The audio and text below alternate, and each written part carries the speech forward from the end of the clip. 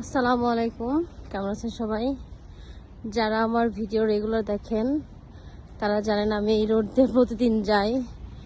আর কিছুদিন আগে আমি একটা ভিডিও পোস্ট করেছিলাম যে তখন এই গাছের পাতাগুলো সব কিন্তু সবুজ ছিল, এখনও হাফ সবুজ হাফ হলুদ। এই সাইডটা অবশ্য হলুদ হয়ে গেছে পুরোটা।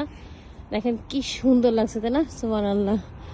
মানে গাছগুলোতে মনে হচ্ছে কেউ আগুন ধরায় দিয়েছে, হলুদের ছড়াছড়ি। এগুলো হচ্ছে গিঙ্কো গাছ, মানে গিঙ্কো লিপ বলে এই পাতাগুলোকে।